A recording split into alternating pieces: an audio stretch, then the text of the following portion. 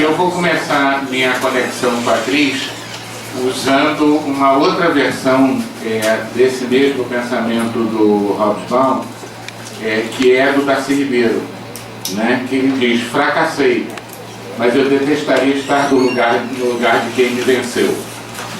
Eu acho que com uma versão do Piniquim, né, do pensamento anglo-saxão, eu acho que muitos de nós, particularmente mais antigos, para não usar a expressão mais velhos, né, sacanagem com a gente dele, temos com certa frequência uma sensação de fracasso, exatamente porque o período de vida da gente é muito curto do ponto de vista dos processos históricos, né?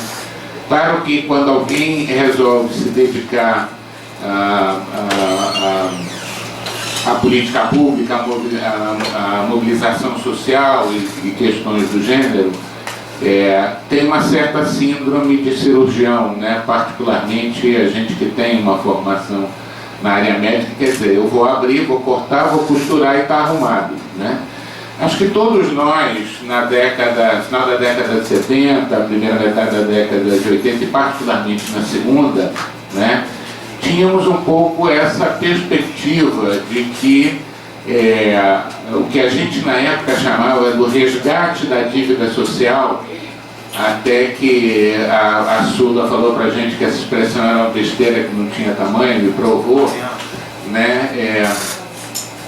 A gente realmente achava, e era necessário até pelo engajamento político das pessoas, de que aquele período, particularmente aquele período Nova República, Constituinte, Transição Democrática, mudaria esse país. Depois nós mudamos o país com o impeachment do Collor, mudamos o país com os caras pintadas, mudamos o país com o que quer que seja, com as eleições do Lula particularmente, e como bem já sinalizava a Cris, a história vai comprovando de que mudar os países, ou particularmente mudar as sociedades, é um processo de muito longo prazo, né?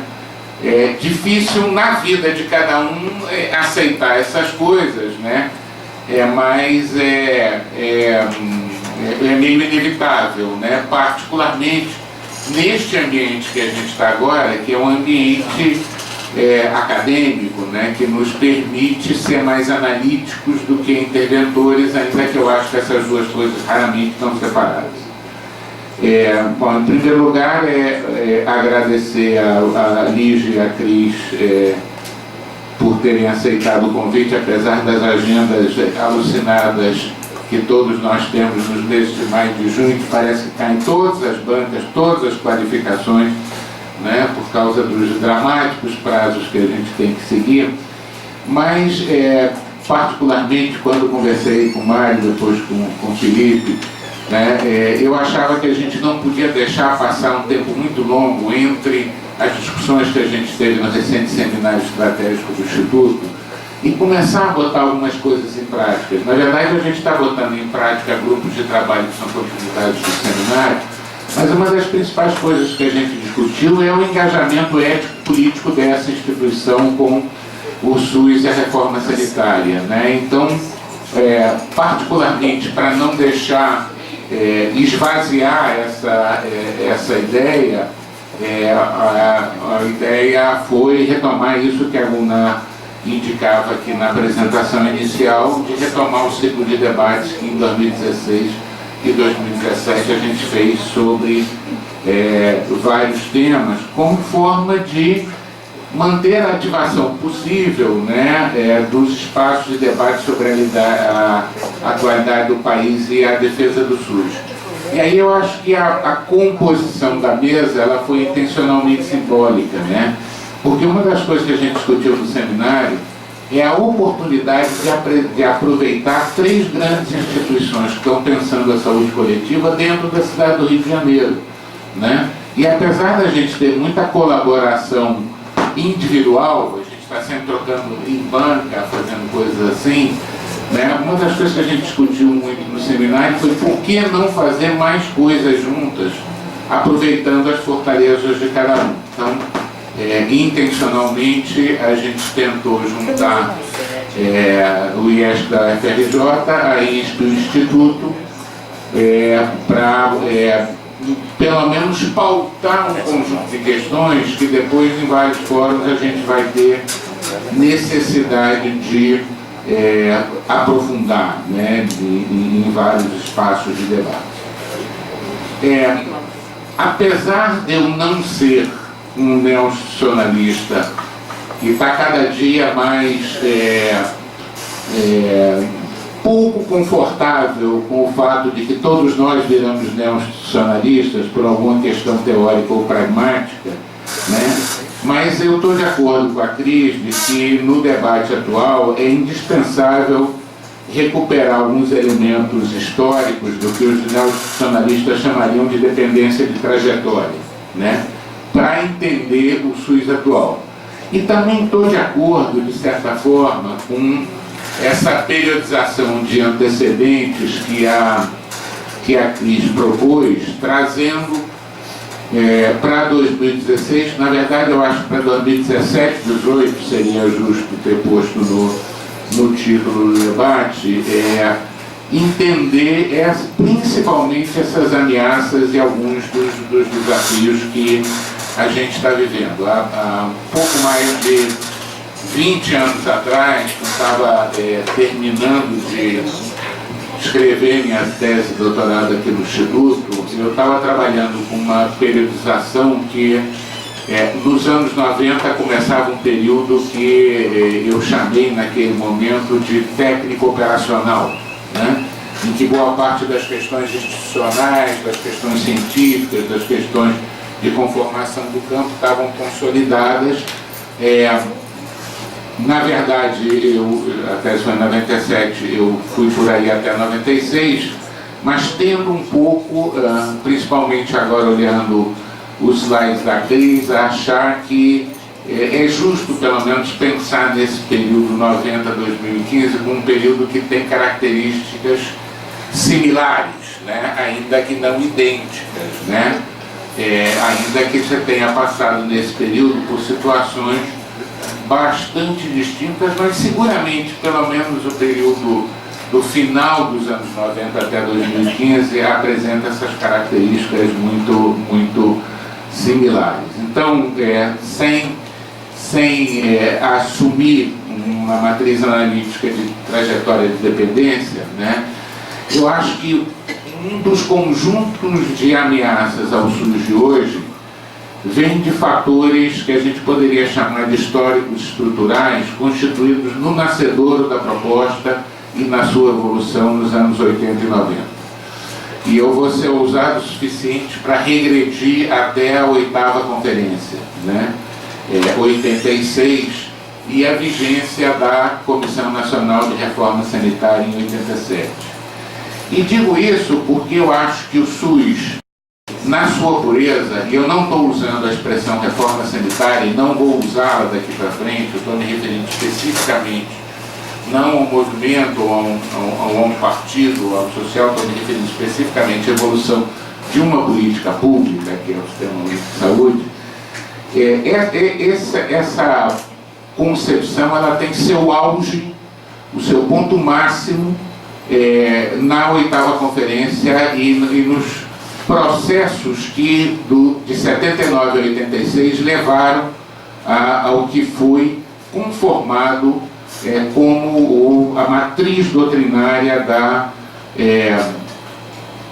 8ª conferência, que é a hegemonia cultural, intelectual, ideológica das propostas, aqui vou usar entre aspas, do chamado movimento da reforma sanitária, mas acho mais adequado, para sintetizar, mais adequadamente chamaria de hegemonia das propostas das forças socialistas, progressistas e aliados que, naquele momento, governavam o Ministério da Previdência, o INAMPS e parcialmente o Ministério da Saúde, e que, em conjunto, com uma amplíssima intelectualidade, conformaram esse momento de auge.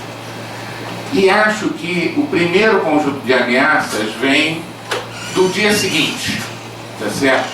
O Dr. Ralph Mahler, diretor-geral da OMS na época da Conferência de Atenção Primária de Alma-Ata, na União Soviética, 2 dias depois do encerramento da Conferência de Saúde para Todos, que cunhou o slogan de Saúde para Todos até o ano 2000, numa entrevista disse, olha, não tem nem 48 horas que a conferência acabou e os crocodilos já estão de boca aberta para devorar a saúde para todos no ano 2000. Eu acho que a mesma coisa é aplicável à oitava, né? A concepção, a integridade daquela concepção político, intelectual e ideológica, né? Ela começou a ser negociada inevitavelmente, tá certo? Essas forças não eram forças hegemônicas na sociedade, e faço questão de dizer sempre que tudo que eu falo aqui é por nós. Eu me incluo nos erros e acertos, tem muito mais uma cara de autocrítica do que de crítica. Neste período pós, até a Comissão Nacional da Reforma Sanitária, que na verdade foi onde se redigiu boa parte do texto constitucional, não foi diretamente da oitava, ela foi mediada por uma série de aspectos técnicos, políticos e negociações. Já nesse período, 86, 87, Comissão da Reforma e Instalação da Constituinte, nossas, e aí com maiúsculas, opções estratégicas, foram muito mais corporativas do que baseadas numa análise de economia política do setor saúde, né? Já nesse momento, o setor era diferente do que a gente tinha analisado na primeira metade dos anos 80 e no próprio processo político e de gestão que estávamos todos envolvidos, não houve a possibilidade de ajornamento, de pensar como era o setor. Essa primeira dilapidação, digamos assim, uma expressão um pouco forte, esse primeiro ajornamento da proposta pura da oitava conferência, ela teve vários elementos. Eu destacaria uma resistência à ideia da Seguridade Social e de um Ministério e Orçamento Único da Seguridade Social. Em segundo lugar, né, a rejeição à proposta de institucionalizar uma rede nacional de serviços em favor de uma genérica e abstrata municipalização. E aí esse é um particularmente depoimento, porque eu trabalhei nesse grupo de trabalho da comissão que propôs algo que se chamava Rede Nacional de Serviços de Saúde, né, que foi rechaçada porque era um novo nome para o INAMPS. E eu teria ficado muito feliz se fosse um novo nome para o INAMPS, né? E mais grave, ou tão grave quanto esses três, uma total desconsideração à existência e crescimento das empresas do que depois veio a ser chamado de saúde suplementar. Nós simplesmente não consideramos, não incorporamos, apesar do que você já tinha uma produção analítica, particularmente do Ézio Cordeiro, que apontava claramente para esse movimento. Instalada nesse contexto, né, a Constituinte tem um outro processo de geração de ameaças estruturais e originais, como virose em primeiro trimestre da gravidez, tá certo? As consequências são mais graves a posteriori, quanto mais cedo ela se instala. Entre o que foi a Subcomissão de Saúde e a Comissão da Ordem Social, 87, primeiro trimestre de 88, e a Comissão de Sistematização e o Plenário, segundo e terceiro trimestre de 88. E aí, apesar de ter vários elementos, e você tem boas teses, particularmente a da Tatiana aqui no Instituto, olhando profundamente, detalhadamente esse movimento, né? Você tem três questões absolutamente cruciais que deram o DNA dessa virose. Primeiro, a articulação dos constituintes conservadores e privatistas no que se chamou Centrão. Tá certo? pelas próprias características da Aliança Democrática da Nova República, nos tocou, dizendo as forças progressistas, os autênticos era M ou PMDB? Era PMDB na época, com o PSDB, PT, PDT, PCdoB e outras forças, né? Tomaram conta da ordem social. E as forças tradicionais mais fortes, hegemônicas e dominantes das elites econômicas da sociedade, seus representantes na Constituinte, tomaram conta da ordem econômica. Tá certo? Isso gerou, no espaço da Comissão de Sistematização e da Comissão e do plenário, uma série de paradoxos e incongruências entre o que vinha de texto da ordem social, né, que tinha sido escrito pelos nossos amigos, né, e o que vinha de texto da ordem econômica, que tinha sido escrito, vou dizer, por outros, para não qualificar ninguém. Isso num contexto, para os que não estavam nascidos ou atentos na época, né, de uma grande discussão em torno do 5º ano de mandato do Sarney, né, como a Constituinte ia dizer 4 anos e queria botar nas disposições transitórias um 5º para o Sarney, as negociações muito parecidas com as que acontecem hoje se deram trocando favores, votos e negociações por esse... sem ser linear, e não quero ser linear, mas para ser sintético, o resultado desses paradoxos e incongruência, ou os resultados, ou alguns dos resultados muito relevantes, inclui a linha que define que os serviços de saúde são livres à iniciativa privada, sem estabelecer condições para a regulação estatal. A aprovação na ordem econômica da renúncia fiscal, ou do que seria melhor chamado de gastos tributários, com a dedução de gastos familiares e empresariais com plano de seguro-saúde e com previdência privada, que, segundo estimativas, hoje alcança 3 vezes o orçamento do Ministério da Saúde. Ou seja, não havendo essa renúncia, haveria receita para ter 4 vezes da ordem de 400 milhões e não da ordem de 100 milhões o orçamento dessa.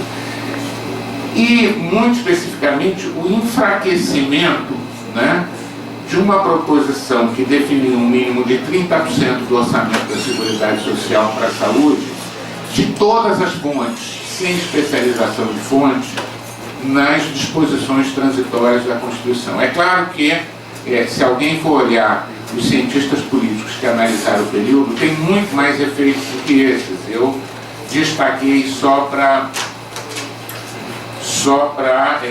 trazer alguns, né, para mostrar um pouco esse nosso nascedor. Simultaneamente a isso, e pegando também carona em algo que a Cris falou, que é o enorme poder indutor que a direção nacional do SUS sempre teve capacidade de exercer, e particularmente o exercia através do INAMPS, que era quem tinha capacidade de indução de políticas através do financiamento, né? Você tem, por meados de 88, antes inclusive da promulgação da Constituição, uma mudança radical dos dirigentes do INAMPS do Ministério da Saúde, que passou de nós para os outros, né? Eliminando essa capacidade indutiva do Estado Nacional através do INAMPS para manter uma coalizão sociopolítica de sustentação do SUS, seja entre parlamentares, gestores, movimentos sociais e prestadores. Exemplo maior, as Santas Casas e organismos filantrópicos que foram um aliado bastante importante nesse período. Todos nós apostamos o ano de 89 na eleição, né? Então é um ano um tanto paralisado, digamos assim. E aí nos chega a virada para os anos 90 com o governo Collor, que vão se acentuar ou começar a expressar de forma dramática várias das características que a crise acabou de colocar, do qual eu vou destacar o desmonte intencional da máquina pública do Estado Nacional, que aí começa, aí não termina, tem mais de uma década de sobrevivência, e uma reversão da tendência dos anos 80, né, de ocupação dos cargos-chave da saúde e da Previdência por representantes, seja do sanitarismo progressista, do, entre aspas, movimentos sanitários, seja das forças políticas socialistas e progressistas. Aí começa, particularmente no início do governo Collor, uma política de loteamento de cargos muito parecida com o que a gente observa nesse momento, com uma característica muito marcante, que é muito bem analisada pelo Fernando Abruzzo, né, que é uma ponte direta entre o governo federal e entre os municípios, que praticamente elimina o nível estadual como ente federativo capaz de gestionar, né? A gente fala muito da crise do Rio, da crise de Minas, da crise do Rio Grande do Sul, que tem a ver com várias raízes, mas tem a ver com a própria concepção dos 3 níveis de federação, que foi construída não necessariamente explicitamente na Constituição, mas a partir da Constituição e com fundamentos no governo Collor. E isso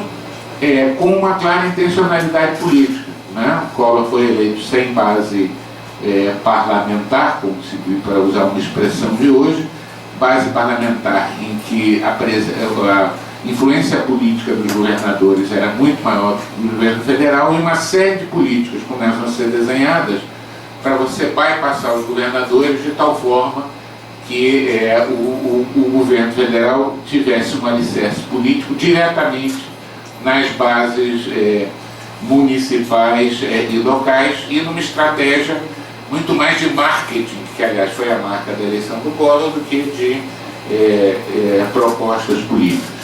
Na verdade, essa discussão que a gente tem hoje, muito complicada, que a gente teve um ano atrás aqui, quando discutiu o SUS legal nessa mesma mesa, né, da mudança do mecanismo de financiamento, ela já foi utilizada anteriormente com esta mesma ideia, né? Facilita o acesso a fundos federais como uma forma de cooptação política. Ainda nesse período, lamentavelmente para nós, a tramitação e aprovação das leis 8080 e 80.142, chamadas conjuntamente leis orgânicas do SUS, numa conjuntura de desmobilização e de conciliação, uma total perda da nossa oportunidade de consolidar da forma pró-SUS a institucionalidade definida na Constituição. Eu me lembro de uma discussão com o Geraldo Alckmin, relator da 8.142, em que eles usam a expressão: vocês já ganharam o suficiente, agora é a hora de deixar espaço para os outros. Isso foi um pouco o que efetivamente aconteceu nesse período.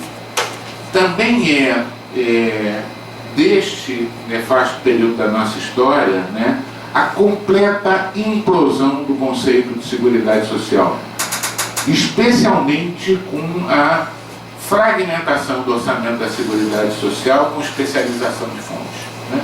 A ideia fundamental, que aliás está clara na Constituição, é que a Seguridade Social é um pool de múltiplas fontes, especialmente para ser anticíclica, para não ser sujeita a recessões e crises, né?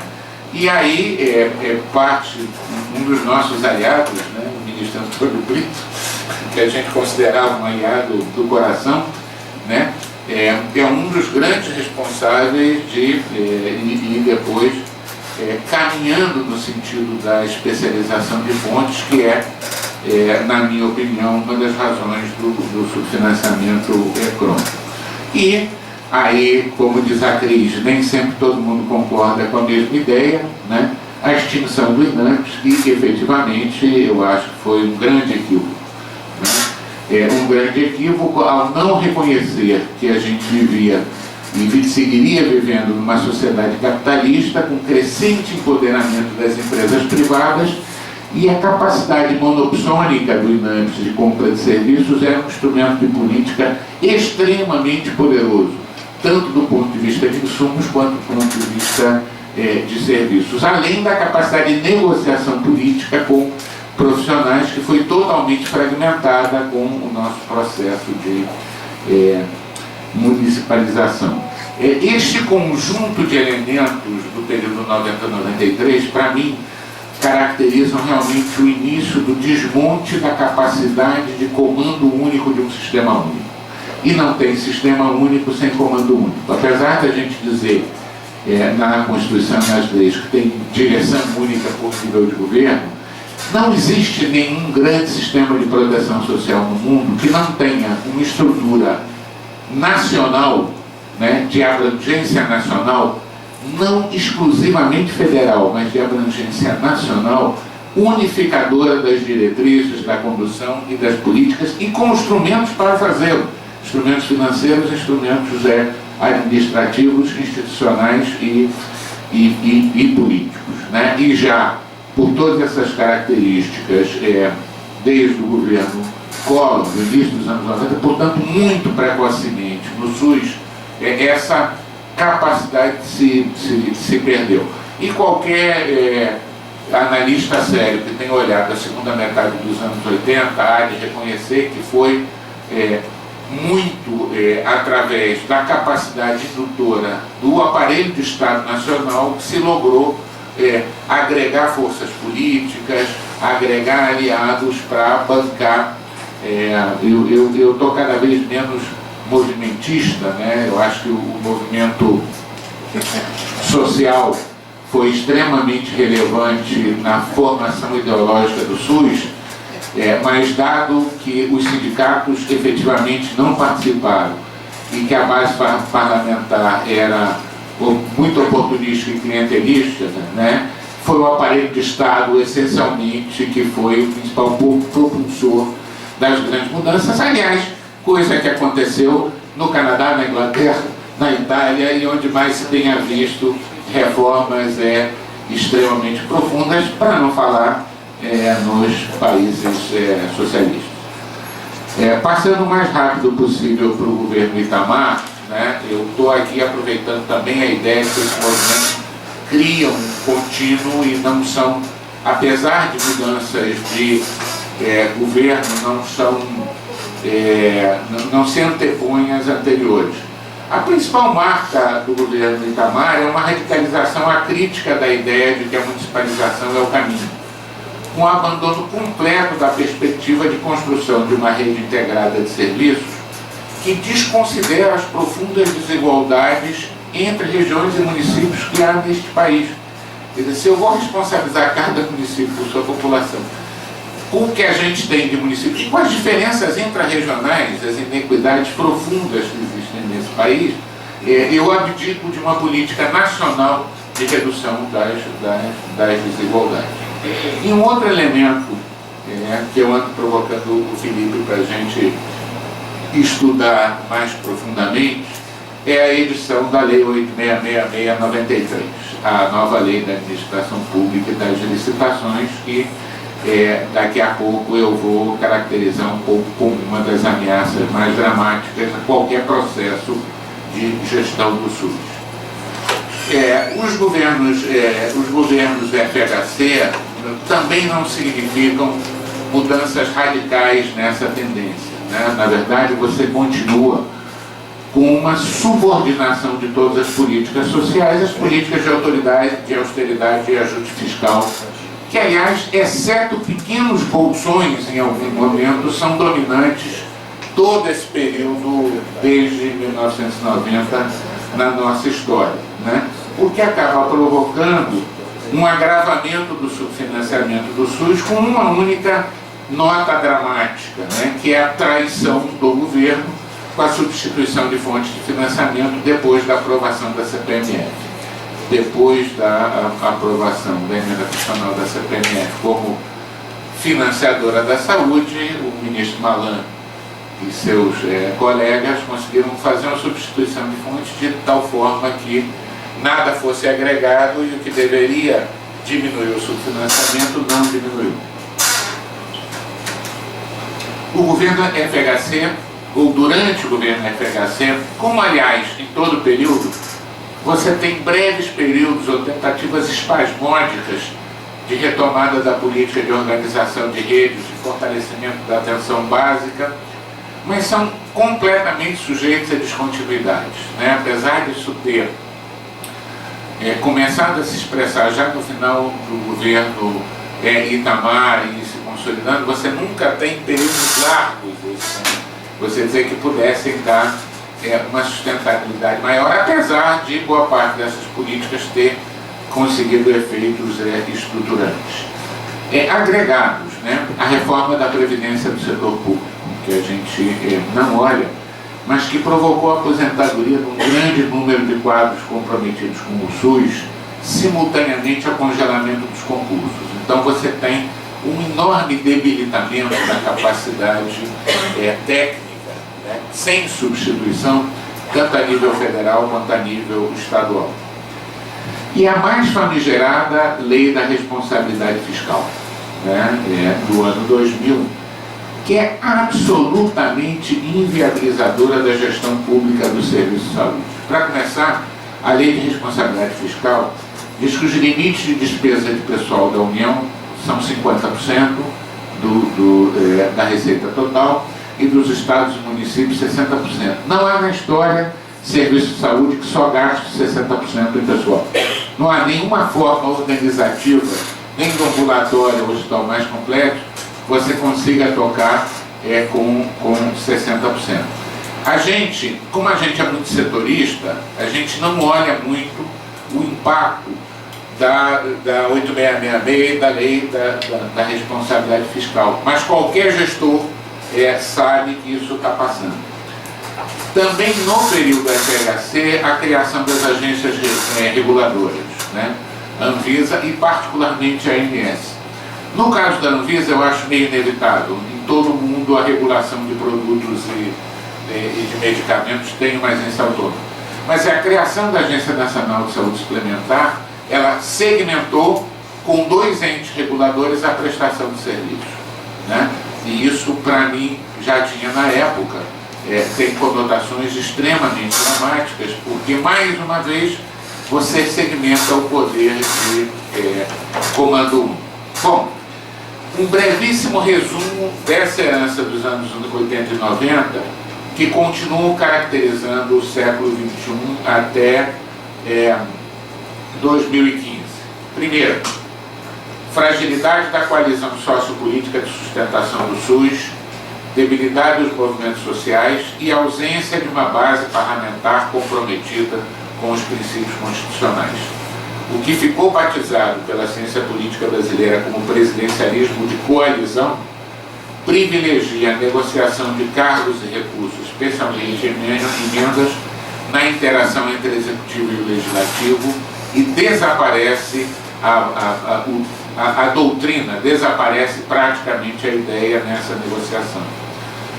2, o subfinanciamento crônico, que eu acho que está aqui já referido. Terceiro, avanços muito lentos na transformação do modelo de atenção através da atenção básica e fortes limitações à organização de uma rede integrada de serviços que possa garantir acesso universal nas condições de graves desigualdades regionais do Brasil.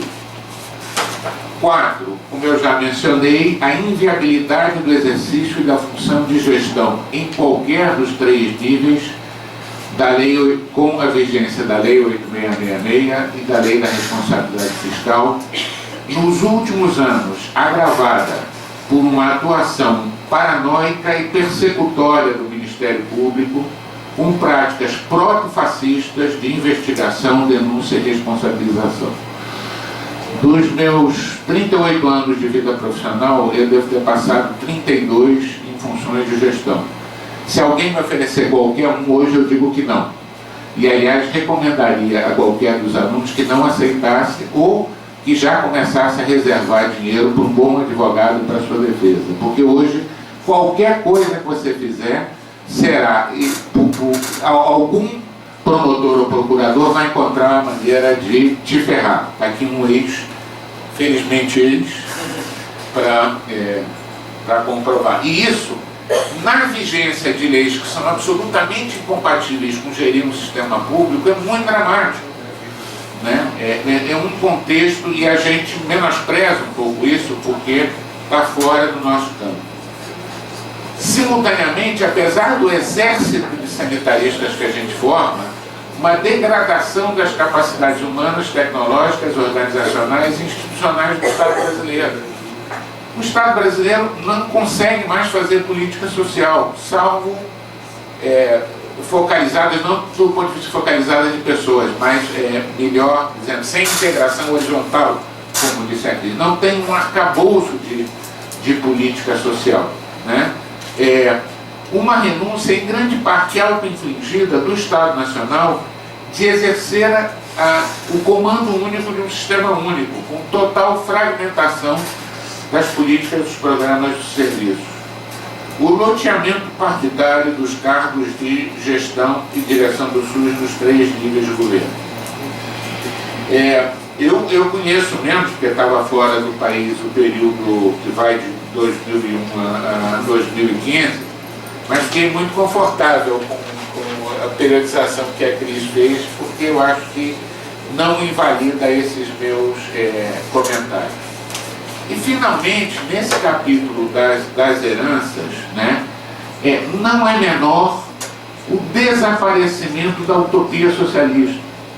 Certo? O SUS é tributário da utopia socialista, da utopia igualitarista, né, do sonho de um mundo melhor. E da queda do Muro de Berlim em 89, a extensão da União Soviética e a autoeliminação do Partido Comunista Brasileiro e sua transformação em Pepsi, a utopia, e da transposição ideológica de muitos dos importantes intelectuais brasileiros, né? Esse horizonte utópico que sempre informou a construção de propostas de política pública universalista desapareceu do cenário mundial.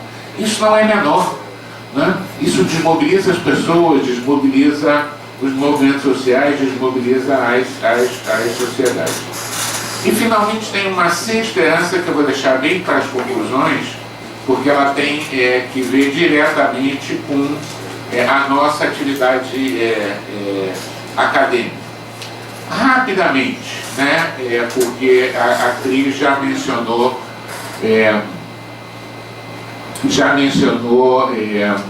basicamente essas características do período, digamos, 17-18, né, que a gente está enfrentando agora, que se somam a essas heranças históricos-estruturais. Primeiro de todos, a entrega do Ministério da Saúde, portanto, do comando do SUS ao Centrão. Tá certo? Já passou por lá muito ministro com características distintas, desde a criação do Ministério da Saúde em 1956. Eu acho que nenhum deles tão descomprometido com qualquer política nacional de saúde quanto o ex-ministro Ricardo Barros. Não vou me referir ao atual ministro, porque felizmente ele ainda não abriu a boca. Né? Abriu? Ah, eu não ouvi. Como abriu? Ah, é? Mas, inclusive, paradoxalmente, este foi um ministro menos comprometido com a política nacional de saúde que os ministros dos milicos, os ministros da ditadura militar, tá certo? Que, com sua concepção de sistema nacional, de centralismo, eram mais comprometidos com uma política de saúde do que o senhor Ricardo Barros. Né? A prioridade do Ministério é o alinhamento ao ajuste fiscal. Tá? Sofrer subfinanciamento crônico é uma característica do SUS desde que existe.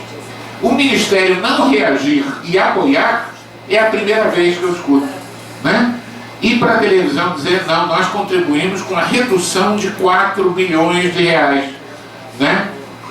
Realmente, assim, você teve ministros que tiveram mais poder para reivindicar dinheiro, ministros que tiveram menos poder para reivindicar dinheiro. Eu costumo brincar com alguns amigos que ministro que não tem dinheiro faz promoção da saúde, né? Porque já teve ministros que fizeram mais promoção da saúde, mas o ministro dizer que bom, nós economizamos 4 bilhões, foi a primeira vez em muito tempo. E algo que a Cris comentava, que a gente discutiu muito profundamente aqui um ano atrás, no debate do SUS Legal, que é o rompimento, eu acho que definitivo, da coalizão de gestores, que era o último grande bastião de defesa do SUS. Personificado na comissão tripartite, ou seja, Ministério, CONAS, CONASENS. Você teve, desde que isso existe no início dos anos 90, predomínios do CONASENS, predomínios do CONAS, predomínios do Ministério. Teve até situações de equilíbrio entre eles, que foram as mais produtivas de todas do ponto de vista de formulação de ideias. Agora, a compra, né, do CONAS e do CONASENS, né, pelo Ministério desta forma, né, porque sempre teve capacidade de indução financeira, mas sempre foi, né, muito conflitada, né, até porque razões de ambos os lados.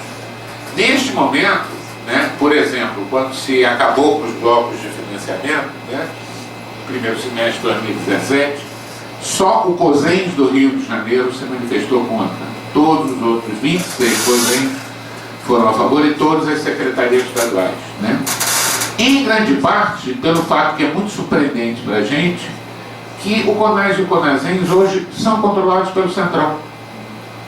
Então, os representantes que estão lá são dos mesmos partidos que estão no governo federal.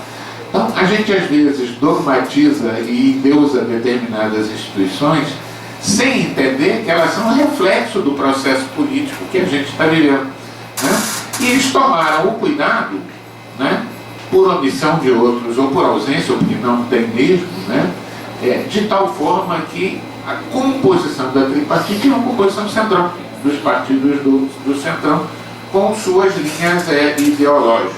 Essa não é a transferência fundo a fundo, que sempre reivindicaram? É a transferência fundo a fundo. Pois é por isso que eu disse, sempre teve polêmicas a respeito, entendeu? Mas eu acho que quando você elimina a capacidade de indução de financiamento do comando único, você inviabiliza o sistema único. Tá bom, não tem sistema único sem comando único. Pinceladas para a gente poder aprofundar. A PEC 241, depois emenda constitucional 55, a do teto de gastos. Tá? Apesar de toda a construção alternativa de que no primeiro ano e no segundo ano seriam preservados recursos para a saúde e educação, você congelou um modelo de financiamento da política pública por 20 anos, incluindo a saúde, certo? Na vigência da emenda, pode ser 1 milhãozinho mais, 1 milhãozinho menos, como foi no final negociado, mas você não tem como reestruturar isso. Bom, obviamente, a PEC 287 da reforma da Previdência, né? Quer dizer, liquidar definitivamente com a ideia constitucional de Seguridade Social.